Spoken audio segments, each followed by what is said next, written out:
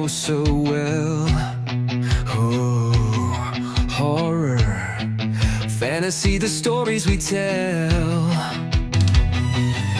Sci-fi dreams where the stars collapse. Comic books stacked high in gaps. Mike and Tom, they light the flame. The first, the last, the Nerdom name. Voices sharp like the edge of time. Diving deep in a world sublime.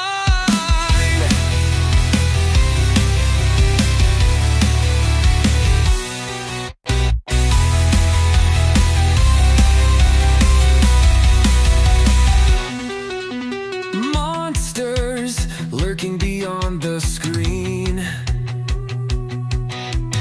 Wizards weaving in lands unseen. Spaceships roaring through endless black. Heroes.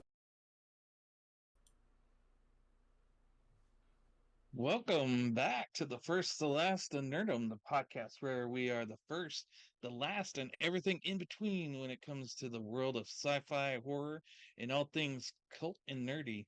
We're deep into CyberPunk movie month, and this week we're cracking open the rusted shell of a post-apocalyptic cult classic Hardware, the 1990 fever dream of industrial dread, machine violence, and nuclear paranoia. Directed by Richard Stanley, Hardware is a punk rock nightmare set in a scorched future where the earth is fried, the government is fascist, and privacy is a forgotten concept. When a scavenger brings home some mysterious robot parts for his artistic girlfriend, they unknowingly reassemble a military grade death machine, the Mark 13, that's about to turn their apartment into a cybernetic slaughterhouse. Grimy, bloody, and pulsing with the energy of an industrial or punk album, Hardware is a film soaked in sweat, rust, and radiation. It's a vision of the future that feels disturbingly real, a world where technology isn't salvation but surveillance, not progress but punishment. This episode, we're diving into the film's gritty aesthetic, its chaotic themes of war, overpopulation, and AI control, and how this low budget indie became a cyberpunk cult classic despite studio interference and legal controversies over its story origins. So dim the lights, crank the Ministry soundtrack, and keep an eye on your appliances because the Mark 13 has no off switch. Just like us, we have no off switch. It's time for Hardware right here on the First, the Last, and Nerdum. Hey, Mike, Hey, I'm Tom, by the way. hey, Tom, how you doing? I'm good. I'm good. I'm good. What a busy So, week! What a busy week. We are back in the full throes of Cyberpunk month, hmm as you elucidated so succinctly. Um, hmm yeah, this one was. I have some words.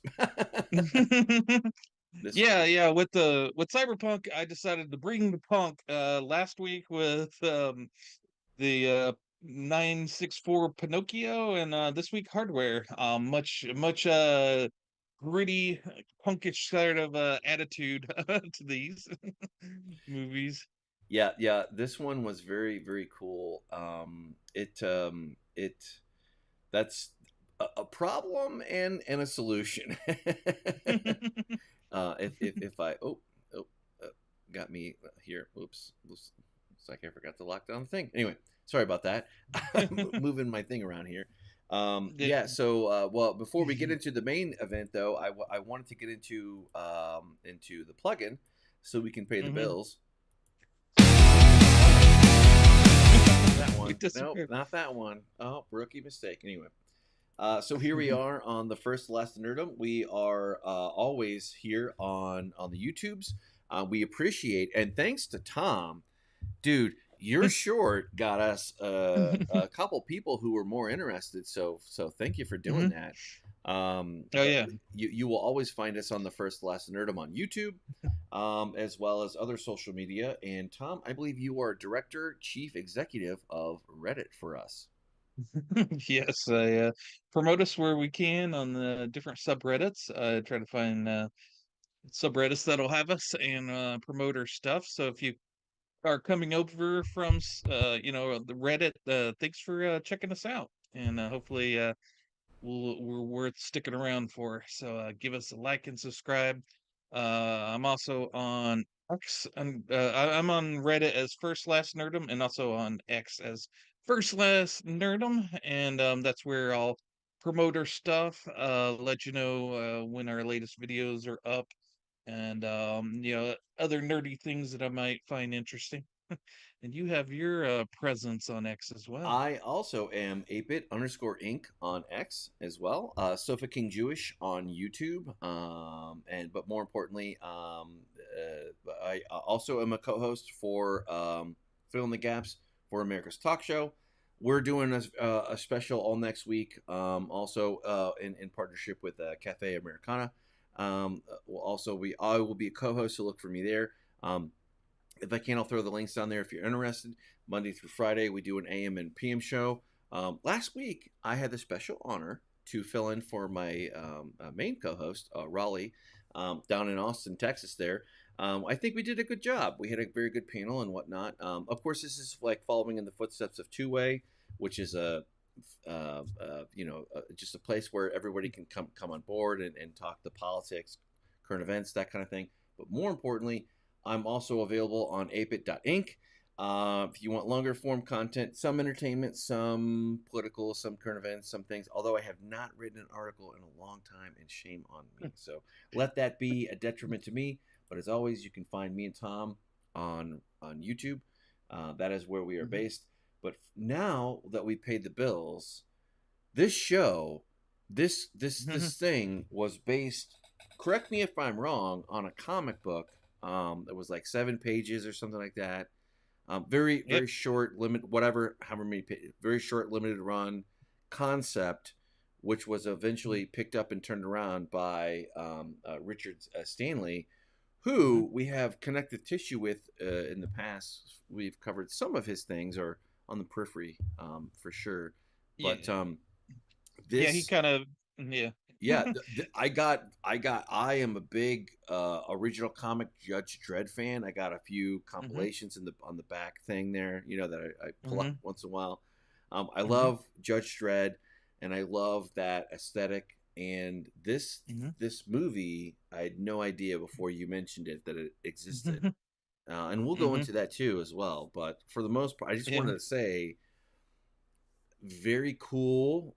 Some things worked for me, some things didn't, but I think this connected with me pretty well. So how, why, and when did you find this marvel of nerddom, so to speak?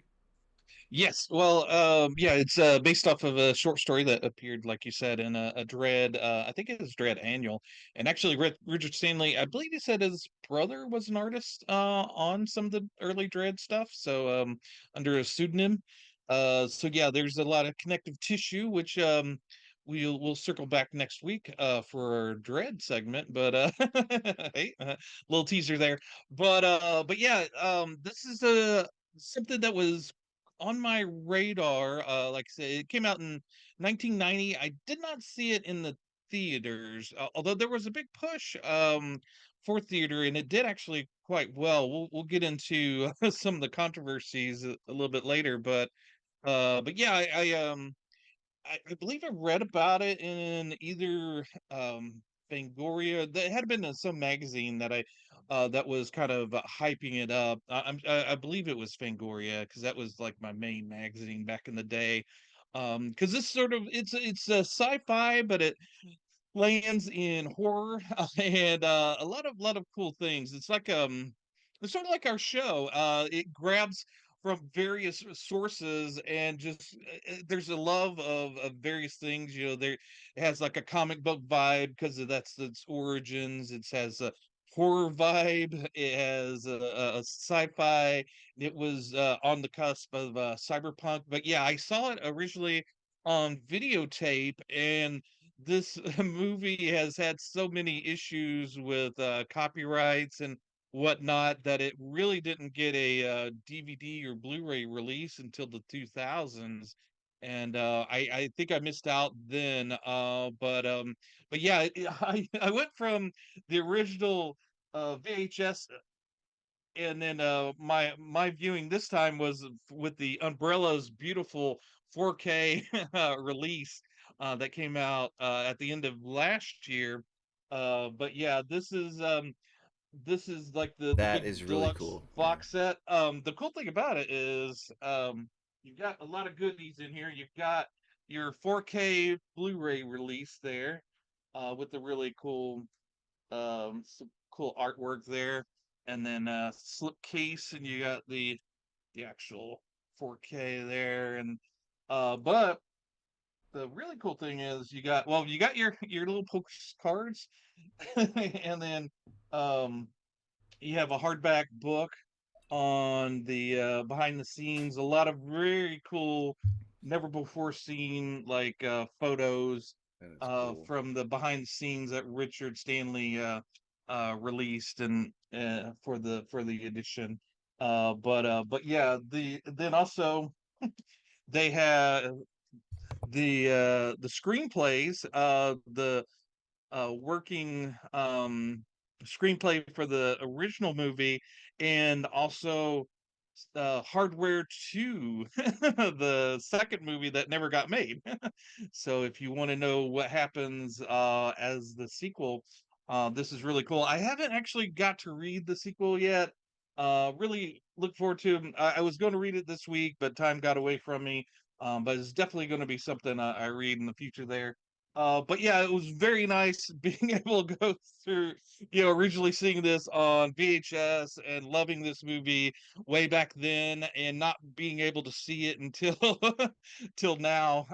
It was a long time coming, um, but yeah, it was what originally introduced me to Richard Stanley, and I've been a fan of his and kind of followed him ever since. His life is may even be more interesting than his movies, which is saying something because he's a very very fascinating person, and things just seem to happen around him. Well, I don't know, this he's got a this mystical energy about him. yeah, and I haven't dived into it like research topic like I want to, but at some point I'm going to do a dissertation, so to speak, write a Mhm, book, so to speak, on mhm. what it takes to be a writer or a good director or whatever. And it seems to me, um, the more eclectic of a personality and background you have, the more voluminous and depth that you can bring when it counts to different aspects of life.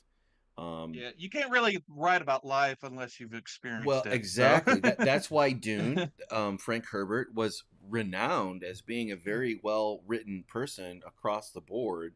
You know, he was a journalist, he was a scientist, he was a this, he was a that, he was a all these things, and those things, and of course, I think he didn't he write later in life, not necessarily early. I mean, maybe You're he right. wrote earlier in life, but he didn't become a thing until much later on. I believe. But anyway, Richard Stanton is or Stanley is one of these guys who has done a lot of things you have heard of. You've never heard of this one for sure, but the Island of Dr. Moreau. He also did. The other. Famously got fired off of that one. Yeah, no, he did. Yeah, very true. But I feel like we have crossed paths with him before, maybe not directly, but indirectly we have for sure, as the comings and goings as we do this thing. But Yeah. he has. I just wanted anyway. All that to say, Hardware is an incredible piece of guerrilla filmmaking, kind of like how we had Pinocchio 964 before last Mhm, week. Like that was very Japanese grown, very organic, mhm, indigenous, as they would say. mhm. Um, Underground, yeah. yeah, but the problem is on the American side, this movie, it didn't quite fit, perceptions of what Hollywood wanted. Now he got funding, but I think he was 22 at the time, and Mhm. he's a film school graduate. He's like off to the races, and he convinced enough people to give him $1.5 million. Actually, actually, the cool story is actually Please. Right. he had no idea the movie was being made. Richard Stanley, he's a very cool guy. He started off doing well he was born in South Africa. He moved to the UK and started doing music videos. He did some videos with Fields of the Nephilim and various, industrial punk, goth bands. And yeah, he was like he said he was doing like a music video a month. So that's sort of how he got that kind of cool. Yeah, this movie is very cool looking. The cool just kind of oozes off of that, and that's because he's familiar with making things look cool, because you got to draw people in really instantly with a music video. And so while he was making music videos with the other people, producers and whatnot that were in the scene, he said, "Oh well, I've got screenplay." And one of the producers of this movie that he showed it to, he goes, a lot of times when people do that, you go, oh yeah, no, no thanks, because when someone shoves a script at you, usually it's going to be bad, but it actually turned out to be pretty cool. And so him and another producer, they kind of hung on to that script, and and Richard Stanley kind of got jaded with the whole thing. He kept trying to push to get a movie made, and he like I said, he kind of let the hardware script go away, and he decided he's going to quit filmmaking. He was going to quit pursuing trying to make a movie. He was going to go off and do a documentary about the Afghan Russian war. It went off to war, essentially, and with another camera guy, and they were like in a war. And while they were off doing that, those producers were trying to get this movie made, get it financed, and they actually got it financed initially through Palace Pictures, I think they were called, and they originally said we could do it in Holland for 250,000 pounds, and they were like, okay, we Mhm. could do that, we could do that.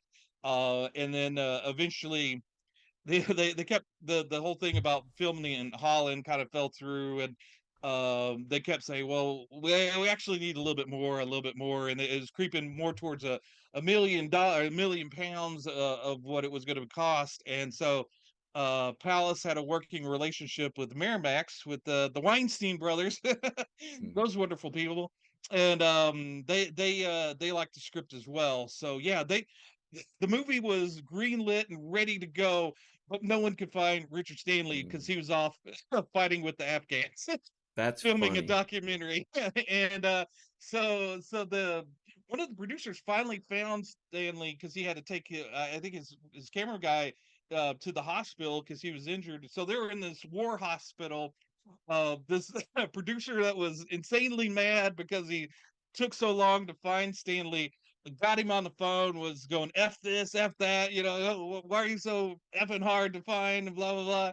And he's telling about this movie that they wanted to make and all this stuff. And Richard Stanley said it was kind of a surreal moment. It just didn't make any sense to him. So, and this guy was cursing at him, so he just hung up the phone.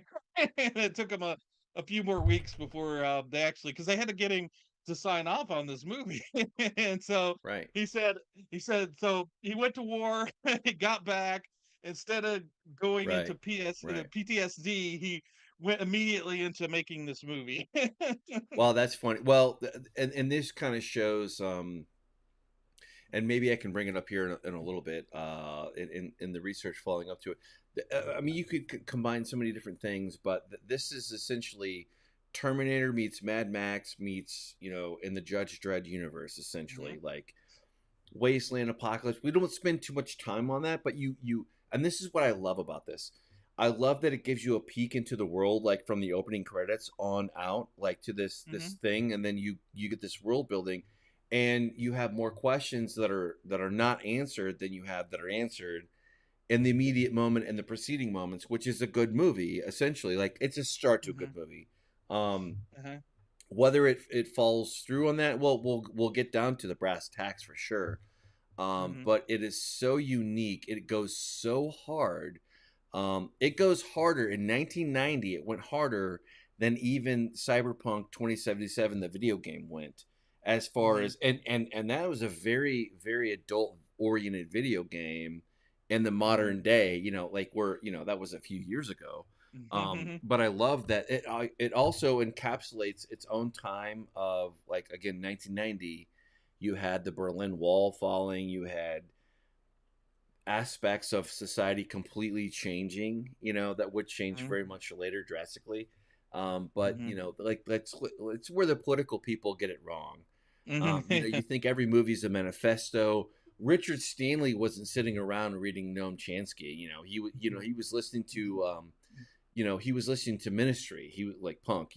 He was listening to Yeah. he was watching Akira, and he was asking himself, from being where he went, what Mm-hmm. would it look like if a killer robot tried to have sex with somebody? Like, essentially, like, there's that also, the very visceral thing, which even to this day, if you have certain sensibilities, you cannot finish this movie. You know what I mean? Yeah, he Um, said it wasn't this movie's not PC, no, which, but it has a very strong feminist view to it. it Also, it's does. very very nihilistic. I mean, he's coming from Africa, which has Right. their issues. And then also he grew up in the 80s in London, which had its political issues as well. And then he just got through going through a war. So he was a very nihilistic in his view of things. He wasn't probably a happy sunshine people. The main actress in this the Stacey Travis, she said that she got on set and every one of them was young 20 something guys in black. They're all dressed decked out in black and doing their thing. But yeah, Stacey Travis was one of the first people cast, and Richard said he kind of shot his wad with her because he wanted her because he saw her in the audition and thought she would be amazing in the movie. So so And he she didn't have was, any. and she was, Yeah, and she was. she Yeah. was yeah, she's a absolute powerhouse in this movie. Excellent. So when it came to the male lead, the Weinstein brothers said, okay, you only have a choice of these three people. They essentially cast the main lead guy. So they only got to yeah. So of the three people they offered, he picked Dylan McDermott because he thought he'd be the best one for the role. And so, but yeah, it was shot in in the UK, but it was supposed to be set in America. But since they were filming in the UK, they could only have two American leads. So after Stacy and Dylan, they had to cast. So it was sort of like a multinational group of people that they cast for this. So with John Lynch as Shades in the movie. It was very good. But yeah, it sort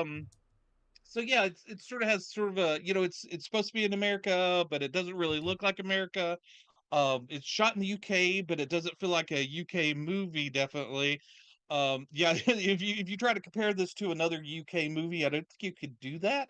No, and won't work. and Won't work. yeah, and then, like I said, he based the his original story. The characters come from a short film that he did, which the short film is definitely on the 4K.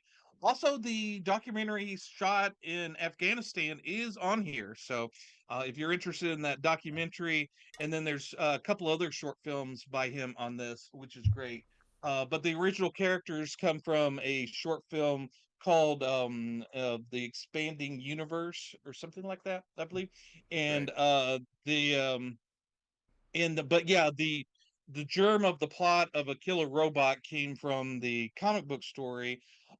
He was Right. keenly aware that this movie was going to be compared to Terminator because you got a killer robot in it, killer droid. So he didn't want to shoot the movie in the color palette or the sensibility of Terminator. He wanted it to look quite a bit different, and he was very much enamored. He was very much kind of a student of Dario Argento. So Mike, if you see a little bit of Dario Argento in this movie, that's very that was I intentional. I do want to highlight because we're going live today. So Mhm. we do have comments here, and I was gonna say that one of our commenters said, Richard Stanley was sitting around doing coke. Yeah, well, Don't I have no doubt that some kind of young person's behavior was behind this before the thing, um but but yeah, this is so crazy how it travels the line of Terminator, but you can tell there is definitely Dario Argento. I'll have to rewatch it to kind of get that sense or that flair, but he said especially Suspiria because the bright I can reds, the see bright that. I blues. can see, yeah, there is a color tinting on purpose, kind of like how we, or whatever. But there is a 2000 AD comics edge to oh yeah, please, yeah, drink your yeah, to Got the my boomer boomer juice. juice. Yep, definitely. Yeah, I was getting a little scratch in my throat, but yeah. Well, no, But yeah. this also is like, well, like you were saying, it's supposed to be like American military technology, imperial, whatever, Mhm. whatever, blah blah blah. Put your whatever, you know. Yeah. Um, but the enemy ends up being us, which is Yes, yes. Yeah, very the interesting mhm, as we kind of unpack this thing. And I know there's just so much to cover for this, and like we really have so little time to cover it because like I am surprised. Again, I'd not seen this movie before you said, hey, let's do this one, whatever, but I was mhm, excited because I know you had brought it up in years past, or mhm, you mentioned it. Like I didn't really know mhm, or do any detail mhm. on it, but this one, Yeah. if anything, I think this one has more impact to like I don't want to say Tank Girl because that's a completely different kind of thing, but it has that, but it has its own pedigree. And It was I sort of in the zeitgeist at that time. There right, was very much a cyberpunk feel. right, The Blade Runner had come a few years before, but its presence was very much known. And very in the subversive. '90s, Yeah, yes, hardware, yeah, it sort of kicked off the '90s sort of cyberpunk stuff. But I think it's more successful than say Johnny Mnemonic and Free Jack. If you remember those movies, right. that Well, got more into the cyber part of it. and the movies that we had all and in horror because like I like to I can this movie plays perfectly with like what I like to bring up sometimes. Like for horror, Mhm, there are rules, right? So like you find mhm, the what are the rules, right? And mhm, there are some, there aren't some, but really the main thing this kind of also draws from a little bit of what we covered before, Art the Clown, mhm. from the standpoint of like there are rules, and I know where you're going. You, you, you said his name, so you had to show up. Excuse me.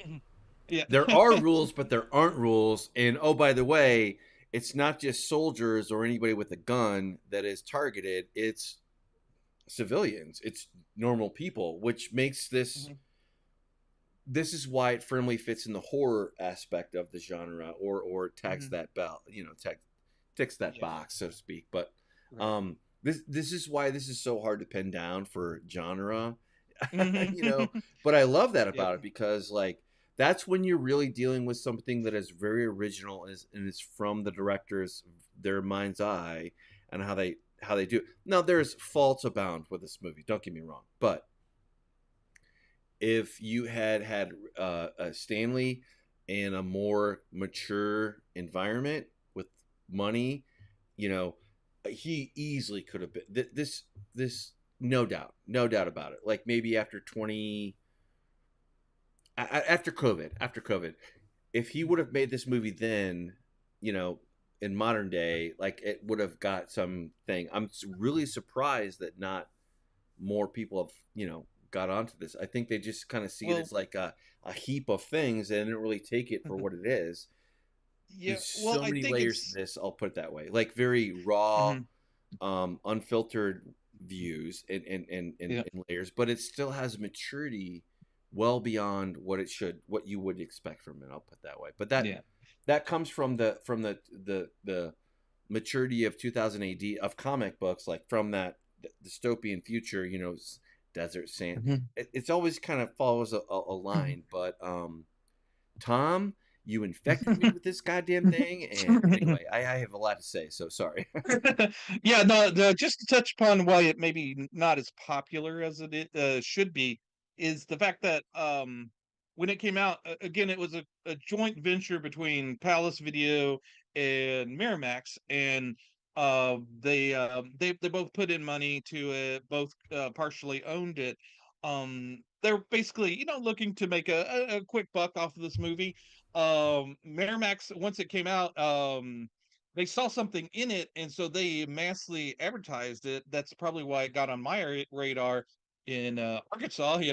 It's just the fact that that it did get a lot of press, and the press saw it and loved it, and promoted it, and I knew it was cool before I saw it. I was like, Mhm. okay, yeah, this movie sounds like something I gotta see. Miramax pushed it out in the theaters, and it was number 6 at the box office the first week it came out. So it actually made it was made for less than $1 million, and it made I think his first run made like 7 million or whatever. So it actually made money, which was crazy. And then everybody wanted a piece of it. Everybody wanted to claim the rights to it.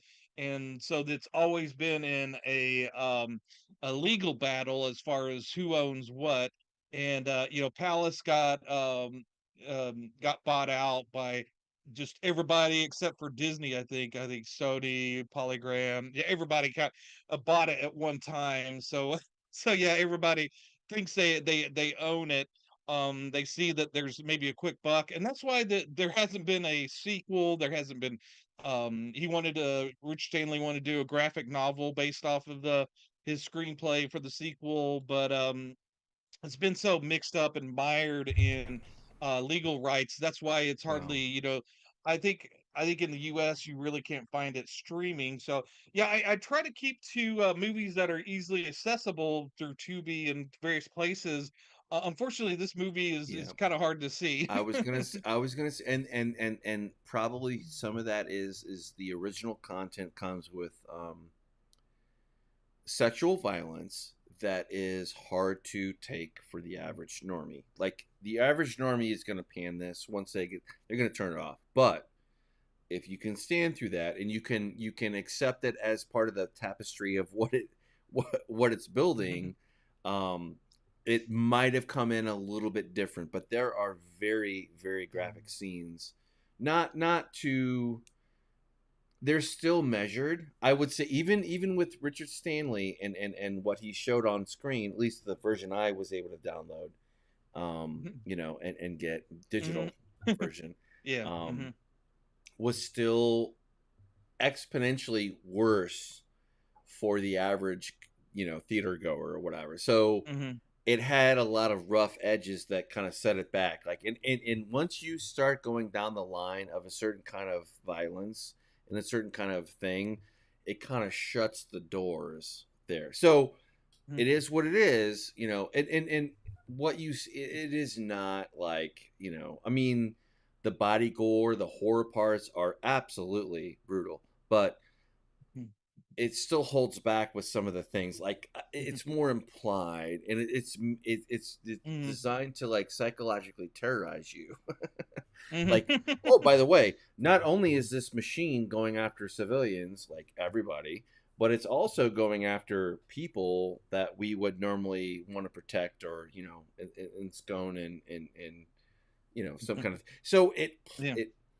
it does that playfully with you as the audience member in a certain kind of way that might be unpalatable to a broad swath of the so And that's one of the reasons why it's a well, classic. I'm kind of Yeah. dipping in, but if you can take that Mhm. in and you can go move past Yeah. that, like it is not. Yeah.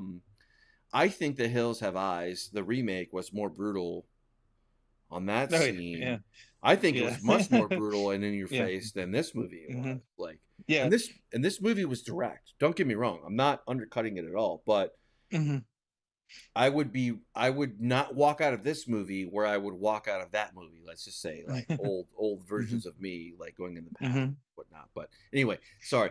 Like, you know, you had internet marketing very early days, and you had, you know, the well, and to the credit where it's due, you know, Miramax and they were used to taking obscure foreign movies and Hmm. like making Hmm. them popular. Like Yeah. that was their shtick a little bit at the Hmm. time. Yeah, and Palace was the English equivalent. The guy, there was an interview with the guy that ran Palace on the 4K, and he was talking about how they were sort of like the A24 of their day. You know, they didn't concentrate on just horror, just sci-fi.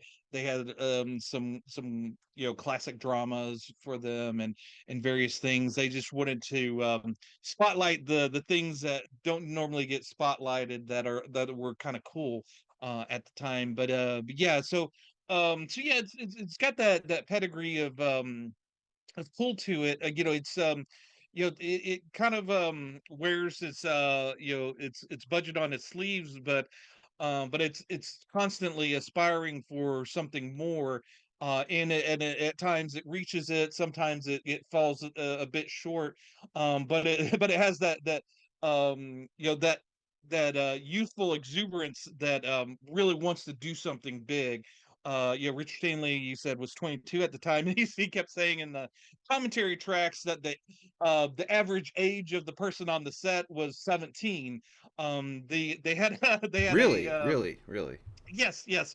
They had That's a cool. union. They had a union crew that worked during the day, and then when the union crew turned off the lights at 5 p.m. or 6 p.m., the overnight crew would come in, which was a bunch of teenagers that worked on the second unit stuff, and they would work all night, and then so it was a 6 weeks shoot, but they were shooting or doing stuff 24 hours a day on this thing. And Richard Stanley said that the shooting a war was actually crap for this movie because he didn't want to miss out during the night when they were doing stuff. So he was there almost 24 hours a day. And he would catch sleep every you know, whatever he could. He actually slept on the set. So yeah, much like the previous movie 964 Pinocchio, where that director was on the set, you know, almost 24 hours a day. This sort of was the same way with the kind of guerrilla filmmaking. And then the one of the other things cool about this movie is that it's all kind of takes place in a single apartment you know room. So most of the action, however, you know, the beginning of the movies really cool looking. They actually went to Morocco in the Sahara Desert to film the nomad going out to find, you know, various radioactive parts in the radioactive wasteland at the beginning. And the Nomad, played famously by Carl McCoy, the lead singer of Fields of the Nephilim. And if you want to dig up their old music videos that Richard Stanley did, one of them's Preacher Man, which is very much shot in the world of hardware. So if you want to get a little bit more of hardware in music video form, check out Fields of the Nephilim's Preacher Man. But that Nomad character that goes out into the you know wasteland, that character has been with Richard Stanley since his very early teenage years. He would have these dreams, these nightmares about this dark figure wandering the sands and pulling out this metal skull. So that was very much present in his mind, and he said, you know, it's obviously kind of inspired by westerns, and he also paid tribute to Stephen King and Ray Bradbury. Obviously, it's kind of a nod to characters they've created as well. But Well, it's got that instant cool of Morocco. And one other cool, interesting detail that only happens to Richard Stanley is when they went to Morocco. they had torrential rain and flooding that hasn't happened in the Sierra in decades. Mhm. They actually got kind of flooded out. They wanted to film two scenes in the desert, but only got to film that first one. But they got that cool turbulent sky over the desert, and they didn't have to do it digitally because it was there, that thunderstorm that came through. Well, and this had aspects of Lawnmower Man a little bit and cyberpunk, cyber things. And I was Mhm. gonna say like there's just so many aspects to cover for this, the fractal Yeah. patterns and like you have Mhm. this aspect of well Yeah, back the set. first time fractal patterns have been filmed, yeah, Well, right, on the and film, yeah. Lawnmower Man came 2 years later than this, for the record. Hmm. But Yeah. my point being is that you have a dystopian nuclear whatever Geiger counters or whatever, where the environment is hostile to humans. Period. Right. Um, Hmm. and then you graduate Hmm. to the scene that you're a woman or you're the main character, and it's hostile to her. like, Yeah, yeah. and All and the men around her are useless to her. well, They and try to you help her, have but yeah. the killer robot, you have her love interest, her beau, and then you also have like a moist, you know, creepy, there are these things, but Yes. you can naturally extract from that if you, even if you're a man or a woman, Mhm. if you're a normal individual per se, this is what I got from Mhm. it. You are Mhm. under attack. You're basically once you get once you get out of your apartment, your dwelling, your home, your Yeah, domicile, whatever it is, yeah. whatever you don't own, because you can guarantee that they would not include that as a part of the dystopian future of tomorrow. Of Yeah, like, you get the sense that she's not agoraphobic. She just doesn't want to go out there. well, That she how has no can she? interest. Like, I Yeah. mean, it's like literally death here, there, but Mhm. kudos to her. Like she, Stacey Travis played a great role. I mean, Mhm. for what she was given and like what you see, you see a lot crammed in here, right? So that's kind of the other thing of like him coming in as a director and doing this Mhm. thing. He did future sci-fi things that were done later and maybe done better or differently, but didn't get credit for it. Like Yeah. like Lawnmower Man was all about the terror of virtual reality and a little bit of cyber Mhm. this and that. Not quite to fit our month for views, but um, that also has it looks dated. Where I would argue this does not look as dated as that. I Mm-mm. mean, maybe in No. some scenes, but I Yeah. think this pulls forward through to today to be Mhm. more on point than not. I'll put that way.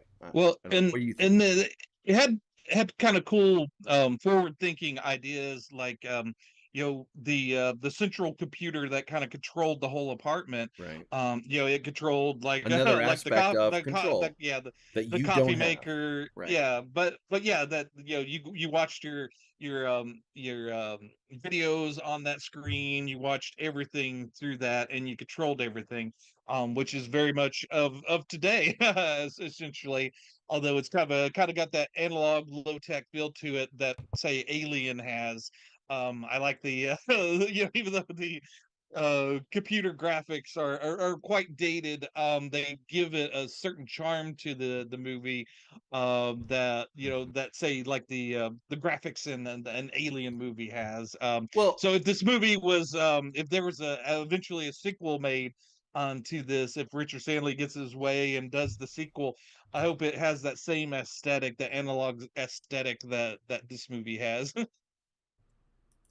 I was gonna say I was trying to find my thing here.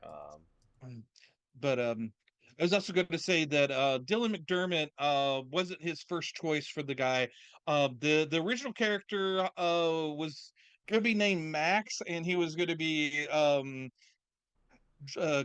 of he was going to be a drug addict that was dying of cancer, that was kind of wasting away. Uh, and so when Dylan McDermott showed up on set, looking his buff self, he knew he couldn't pull off the wasted,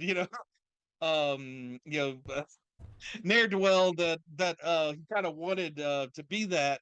So he kind of picked up what Dylan was delivering, which Dylan was very much religious at the time.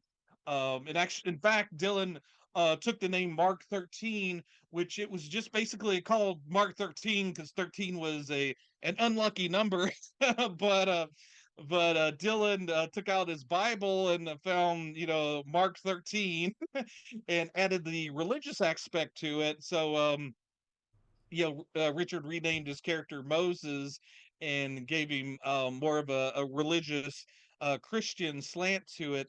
I don't know if it fully pays off because, there's spoilers. There's the how Mo eventually finds his end Right. is more fitting for the drug addict character that he originally was.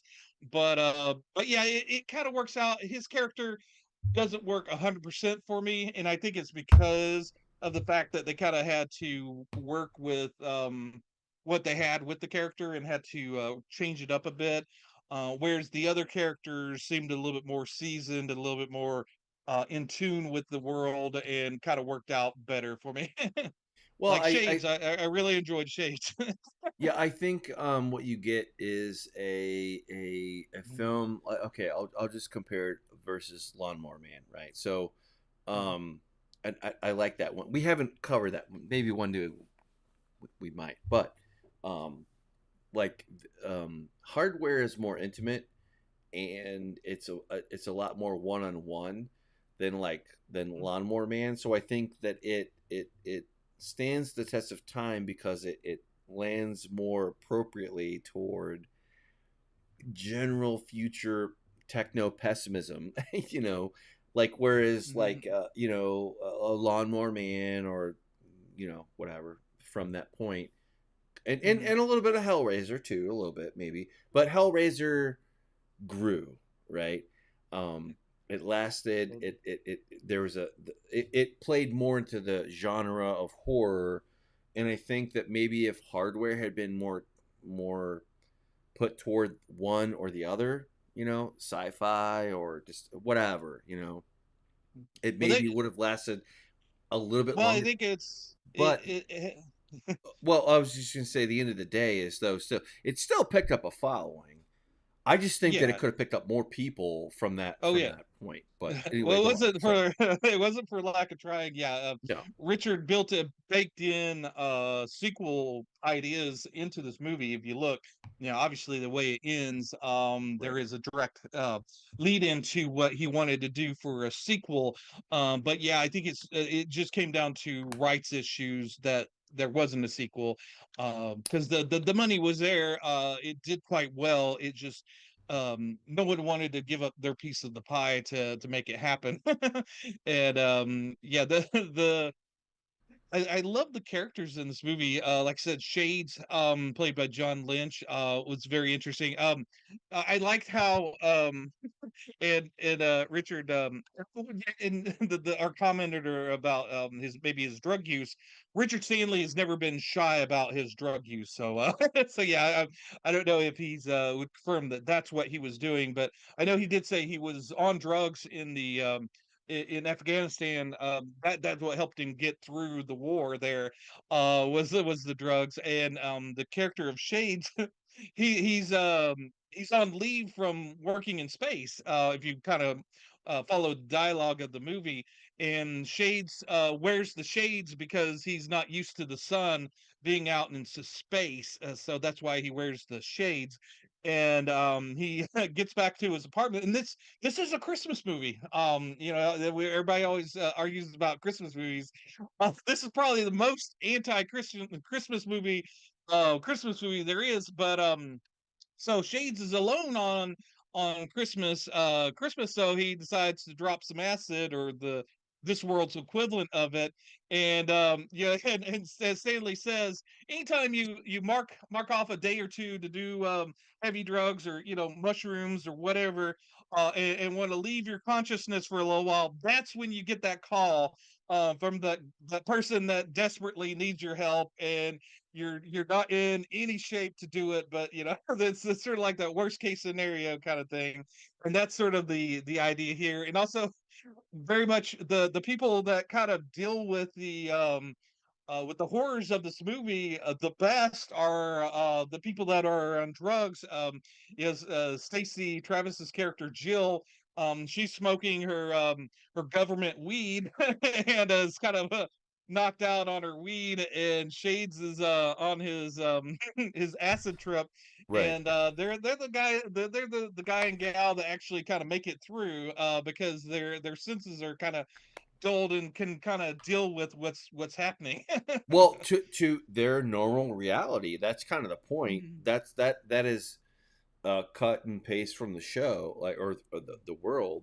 You Mhm. you're already in a world outside the city that's hostile to you. Not only that, but like, oh, you're a woman. Well, you got at least two people that are looking at you, trying to kill you, or fuck you, Yep. or something, some in between. Yeah, and Horrific. And if you're a dude, you're pulled apart too. Like, I mean, it is yeah. very casual, like with its Mhm. transhumanism as it. That's a little bit too deep for where we're going, but the Yeah. point is that it is anxiety inducing. If you dig into the world, you will find. I think that's what they were kind of going for the extra hook of terror, or thing. I Mhm. would love to see this have been made, maybe 2000s. I don't know. We'll see if you Yep. had somebody like Richard Stanley, to come through and do that. But anyway, Yeah. sorry. Go ahead. Yeah, it would be it would be his pleasure, I'm sure. No, the also you also have the human predator Lincoln who's sort of like curving on her from afar, much like I guess Rear Window, so to speak, played by wonderfully played by creepily played by William Hootkin, which you may know from his little minor movie Star Wars. He was Porkins, the fat X-wing pilot, and the first Star Wars, or uh seventh Star Wars, however you want to, or whatever, however, no, the fourth Star Wars, the New Hope. Um, I guess I've kind of disappeared on us, but yeah, he did a William did a wonderful role, and a lot of his dialogue was him. He kind of ad libbed most of that dialogue, and much to the dismay of the crew was Stanley said was completely creeped out by him, and so he did his job on this movie. Yeah, very much. Yeah, he's sort of like the human predator, but he meets up with the the human predator of the droid, and is quickly done away with. But the scene that he has with Jill, that character, between Stacy and William, it should be darker and more disturbing than it is. It's much to his credit that he almost makes the character somewhat likable in that scene, even though he's oozing creepiness. He's got the gloves, and the greasy hair, and he wouldn't be out of place It's working moist. in a very dark comic book shop as It's drippy. It's creepy. It's all kinds of gross. Absolutely. Yeah. Yeah, and and going from the creepy to the cool, this movie is cool with its music choices. It Ministry was relatively unknown at the time, so they were able to get a Ministry song in the soundtrack fairly cheap, and you've got you've got like I said, Carl McCoy, the singer of Fields of the Nephilim, in there. You have Iggy Pop, who's the Yep. DJ. You just hear his voice throughout that, which was going to be Johnny Lydon, but they couldn't get him. But they did get his band's Public Image Limited song to start and end the movie with, which was sort of like the anthem of the movie. And then you have Lemmy for Motorhead, which he wasn't originally going to do it. They had got Sinead O'Connor back during when she was shaving her head. She was going to be the taxi driver, but evidently she couldn't do it. So at the last minute, they got Lemmy from Motorhead, and Lemmy had I think drunk a bottle of Jack before he showed up, and he got paid with a bottle of Jack. So yeah, he pretty much did it for free. He did it for a bottle of Jack, and also he thought it was cool that they gave him an actual gun for his holster, and he quickly whipped it out and slung it around, and it got it left his hand and ended up in the Thames River. They tried to fish it out, but they couldn't find the gun. So the gun that he actually has in the holster in the movie is a painted wooden gun, but but it was actually going to be real. So yeah, if someone wants to dive out in the Thames, it may still actually be out there, Lemmy's gun. Right. But yeah, that's I love how he goes, check out this band, and he plays his own band. Right. But yeah, so you have the cool little musical stuff, and then if you want to really get into some cool music, the guy who did the soundtrack is the score was Simon Boswell, which we know from several different scores. He helped out and is associated with Dario Argento. That's why Richard wanted to get him for this. And there's a part where, and spoiler alerts again, where the Mo character he gets out kind of going through a psychedelic death sequence, and they play this kind of operatic piece, which Simon Boswell did his version of it, and they asked Pavarotti if they could use his vocals, and for no money, he said yes, they could use it for the movie. So you got you even got Pavarotti doing his vocals in this movie. So yeah, a lot of blood, sweat, and tears went into this, a lot of love, a lot of favors. I'm sure a lot of his work in music video lended him to Right. having connections that wanted to work with him. He seems like a guy that kind of gathers people around him that wants to work with him, that wants to be around him. So it just has that kind of like I said, a cool vibe around him. So yeah, that's so yeah, it has that cool sort of punk aesthetic that, like I said, puts the punk in cyberpunk. But yeah, that was more of the feel of cyberpunk during that day, was more on the edge.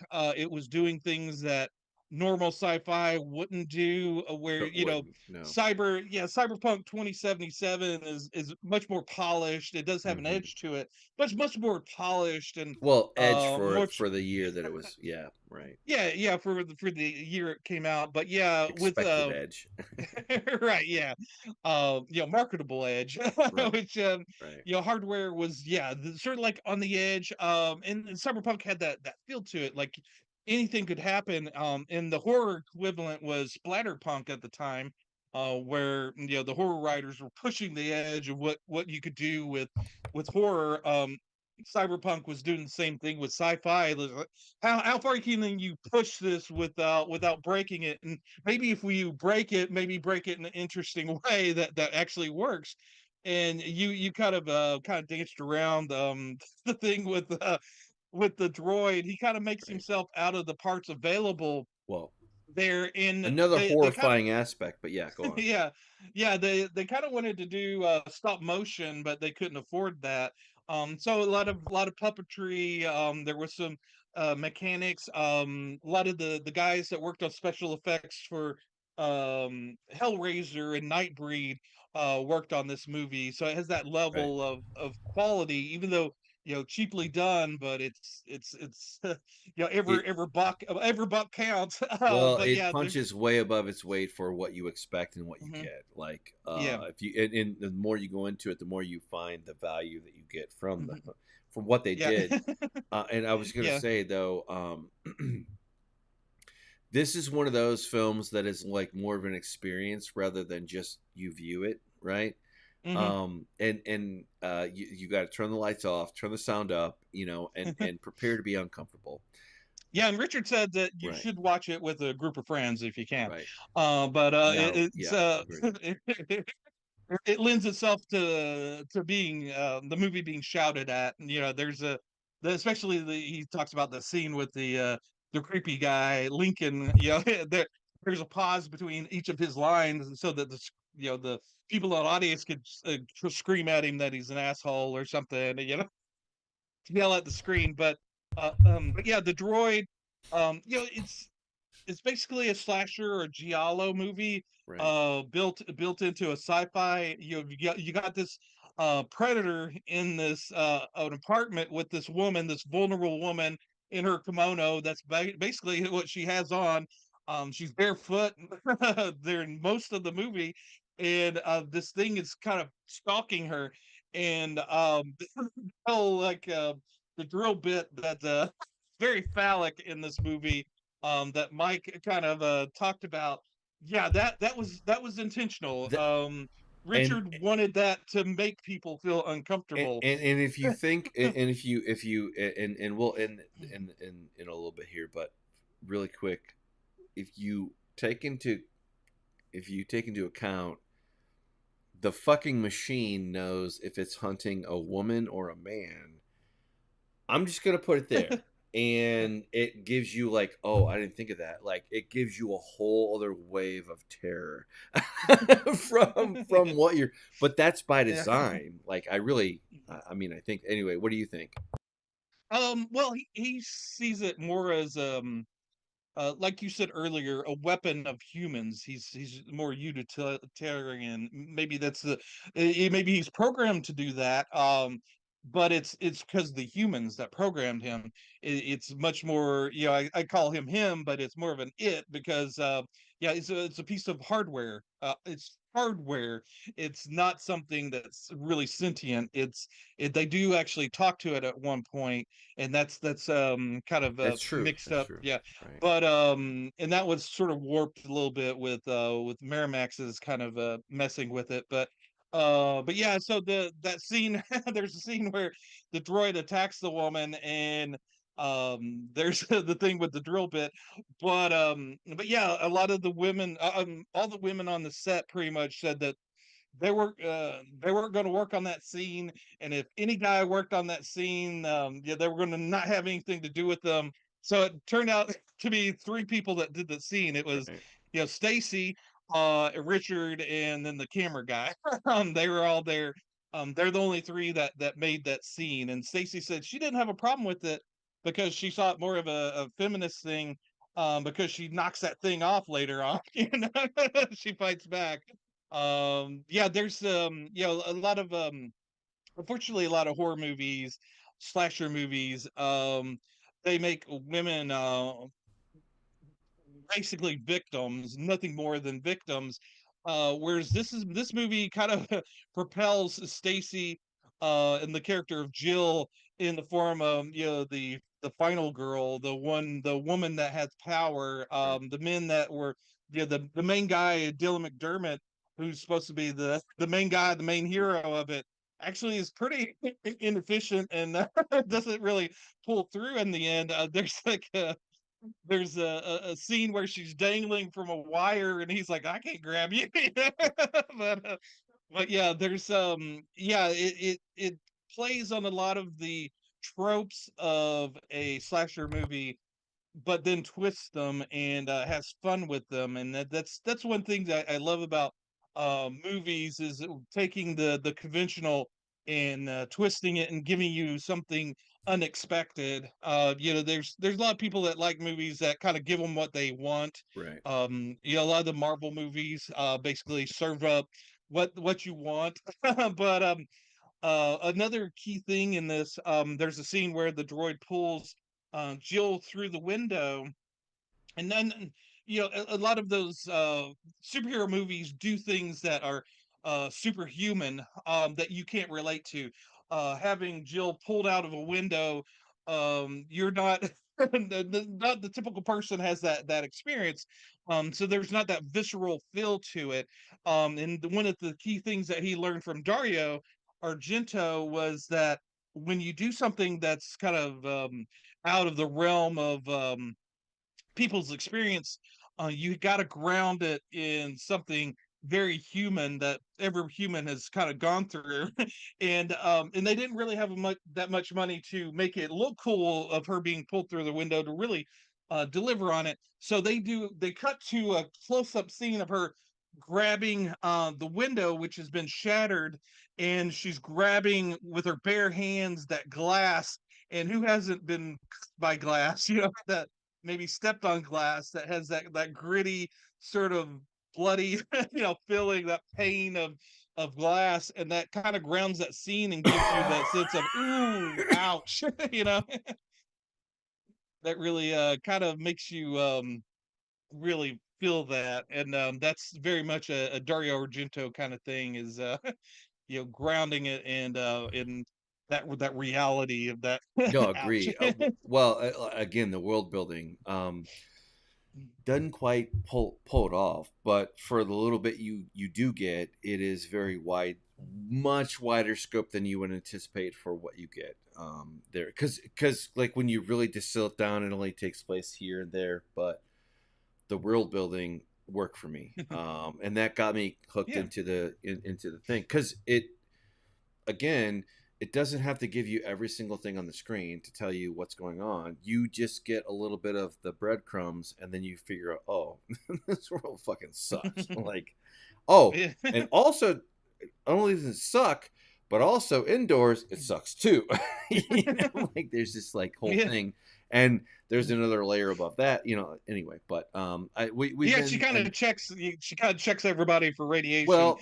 when they come in the door. Well, that's the thing. But like we've been hour and 6 or so, 10 over the thing. But like I the only thing I can say is like you can see why this is like why people like this, and like why there's so much more that you bring yourself. Like if you've seen this or that or whatever, like no doubt, it has a perfect blend of, well, for 21, 22-year old, 21, yeah. 22, yeah. yeah, I Yeah. mean, you have these aspects that work to this day. So I mean, it is what it is. So I have no doubt in the next 50 years they're gonna remake this, or like that's my prediction, like Yeah. broadly. But Well, they might work out the rights to it by then. well, by then who knows, they might, well, if they did it again, it'd be all in AI and it'd be meta on meta. So No, there'll be a 22-year-old on his computer making the movie. yeah, But yeah. you got to keep supporting weird, uncompromising movies like this, like we do. And I think that hardware, it serves that point.